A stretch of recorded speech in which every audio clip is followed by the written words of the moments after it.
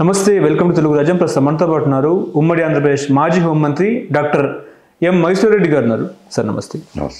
Sir, ముఖ్యంగా దేశవ్యాప్తంగా రాహుల్ గాంధీ యొక్క పవర్ ప్లాంట్ ప్రెజెంటేషన్ ఎలక్షన్ కమిషన్ల మీద, అదేవిధంగా ఈవీఎం మీద చేసిన ఆయన ప్రజెంటేషన్ ఇప్పుడు దేశవ్యాప్తంగా కూడా ఉలిక్కిపడే అవకాశంగా భావించవచ్చు.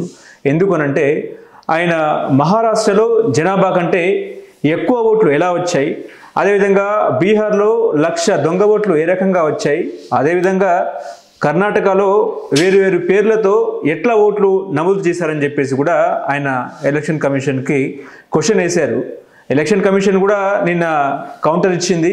మీకు ఒకవేళ అభియోగాలు ఉంటే హైకోర్టులో ఛాలెంజ్ చేసుకోవచ్చు అని చెప్పేసి లిఖితపూర్వకంగా మాకు లెటర్ ఇవ్వనట్టు కూడా నిన్న ఎలక్షన్ కమిషన్ అంటే చెప్పింది రాహుల్ గాంధీ గారికి. ఓవరాల్గా ఎట్లా చూస్తారు సార్? ఇప్పుడు ఆయన ఇందులో 2 విషయాలు ఉన్నాయి. ఒకటి ఈవీఎంలు ఫంక్షనింగ్ గురించి. ఈవీఎంలు మాత్రం ఎందుకంటే ఇది నేను రాజ్యసభ మెంబర్గా ఉన్నప్పుడు కూడా ఈ సమస్య వచ్చింది. ఒక ఆయన ఏదో పూనా నుంచి ప్రభుత్వం దగ్గర నుంచి ఒక ఈవీఎం తీసుకెళ్ళి లండన్కి తీసుకెళ్ళి చిప్పు రీరైటింగ్ చేశారు. చేసి వచ్చి ప్రజెంటేషన్ ఇచ్చారు. ఏ బటన్ నొక్కినా అన్నీ అప్పుడు కాంగ్రెస్ పార్టీ అధికారంలో ఉన్నది, కాంగ్రెస్ పార్టీ పోయేటట్టు ప్రోగ్రామింగ్ చేశారు. తర్వాత చంద్రబాబు నాయుడు గారితో కూడా మాట్లాడినారు. సరే, ఆయన మిగతా పార్టీని కూడా పిలిపించండి, ఏదో నేను కూడా చూశాను, ఇందులో ఏదో ఉన్నట్టుంది అని అన్నారు. సరే, వచ్చినారు, అందరికీ ప్రజెంటేషన్ ఇచ్చినాడు. అపోజిషన్ లీడర్స్ అంతా వచ్చినారు, సీతారాం యేచూరి, అప్పుడున్న ప్రతిపక్ష నాయకులంతా. అందరూ ఆశ్చర్యపోయినారు. అని ఇమీడియట్గా ఎన్నికల కమిషన్ను అపాయింట్మెంట్ అడిగారు. అడిగితే అపాయింట్మెంటు తీసుకుంటే వాళ్ళకి పోయి ఎక్స్ప్లెయిన్ చేశారు. చేస్తే వాళ్ళు ఒకటే మాట అన్నారు, ఇవి ఉండొచ్చు ఒకటి అలా మిషన్లలో, కానీ మా యొక్క పద్ధతి ప్రకారము చేసేదానికి అవకాశం లేదని అన్నారు. ఏమి పద్ధతి అని అంటే ఈవీఎంలు ఏవైతే అవి జిల్లా స్థాయిలో జిల్లా యంత్రాంగం చేతిలో ఉంటాయి. అంటే డిఆర్ఓ స్థాయి, మన స్టేట్లో డిఆర్ఓ, ఇతర రాష్ట్రాల్లో వేరే పేర్లు ఉండొచ్చు. ఈవీఎంలు ఎలక్షన్ ముందర డిస్ట్రిబ్యూట్ చేస్తారు కదా, జిల్లా నుంచి పోలింగ్ నియోజకవర్గ కేంద్రాలకు. అప్పుడు ఆల్ పొలిటికల్ పార్టీస్ని పిలుస్తారు, జిల్లాలో ఉండే జిల్లా పొలిటికల్ పార్టీస్. ఒక 10 EMలో ఎన్నో కొన్ని తీసుకొని మాక్ పోలింగ్ చేస్తారు. మాక్ పోలింగ్ చేస్తే అవి సరిచూసుకోమంటారు. సరిచూసుకొని టాలీ అయినాక మళ్ళీ అవి నియోజకవర్గ కేంద్రాలకు పంపిస్తారు. నియోజకవర్గంలో అప్పటికి క్యాండిడేట్లు అభ్యర్థులు నిర్ణయం అయింటారు కదా, రాజకీయ పార్టీలు. పొలిటికల్ ఎవరైతే అభ్యర్థులు ఉన్నారో వారికి సంబంధించిన జనరల్ ఏజెంట్ అని ఉంటారు. జనరల్గా ఆ జనరల్ ఏజెంట్ని పిలిపిస్తారు. పిలిపించి ఈవీఎంలు నియోజకవర్గ కేంద్రానికి వచ్చినాయి కదా, అందులో నుంచి ఒక 5-10 తీసుకోమంటారు. మనమన్నీ ర్యాండమ్గా సెలెక్ట్ చేసుకోమంటారు. ఏది నియోజకవర్గ అభ్యర్థుల ఏజెంట్లను వాళ్ళు తీసుకున్నాక అక్కడ కూడా మాక్ పోలింగ్ చేస్తారు. చేసినాక అది సరిచూసుకున్నాక మళ్ళీ సీల్ చేసి నియోజకవర్గ కేంద్రాలు పంపిస్తారు. బూత్ పరిధిలో ఉన్న కేంద్రాలకు బూతులు ఉంటాయి కదా, ఒక గ్రామంలో 2 ఉండొచ్చు, 3 ఉండొచ్చు, 4 ఉండొచ్చు బూతులు. ఒక్కొక్క బూత్కు 2-3 మిషన్లు పంపిస్తారు కదా.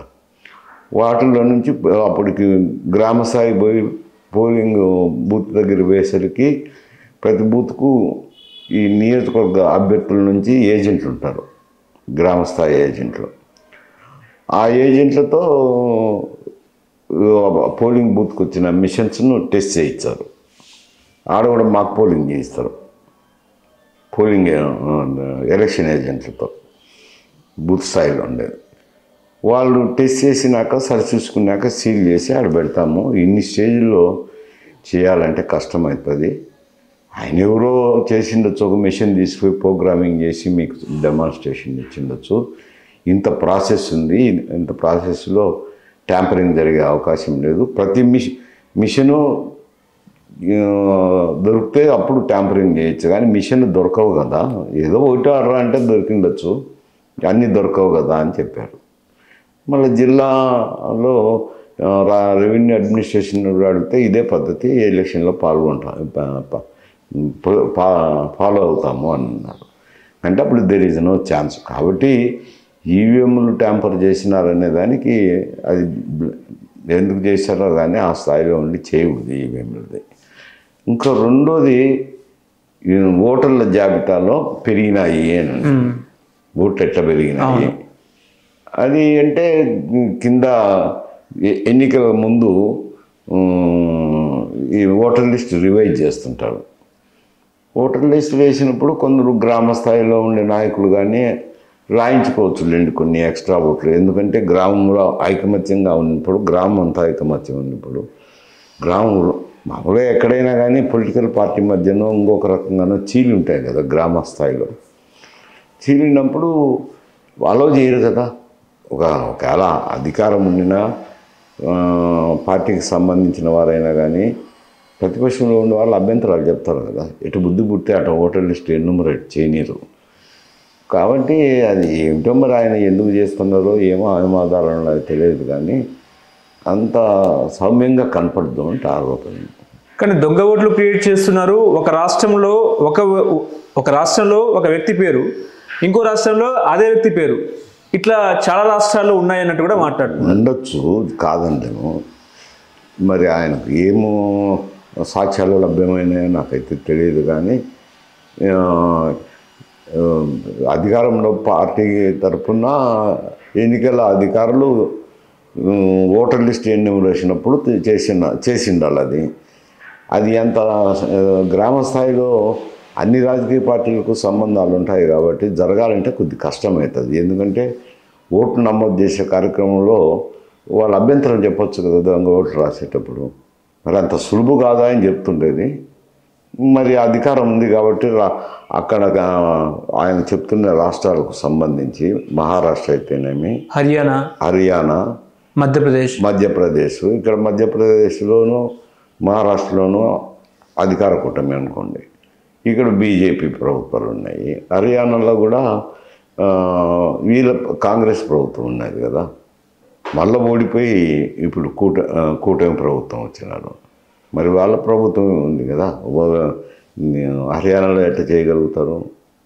అక్కడ రాష్ట్ర యంత్రాంగానికి కాస్త కుస్త పలుకుబడి ఉంటుంది కదా. ఇంకా బీజేపీ తరఫున మాట్లాడి చేయాలని అంటే ఎట్లయితుంది? ఈసీ. హలో, తెలుగు రాజ్యం ఛానల్ చూస్తున్నారా? సామాజిక రాజకీయ జీవన చిత్రణే తెలుగు రాజ్యం. అతిశయోక్తులు అసత్యాలు ఉండవు. రాజకీయ కోణం కాదు, ప్రజా కోణమే కొలబద్ద. తెలుగు రాజ్యం వీక్షణ మీ ఉత్తమ అభిరుచికి నిదర్శనం.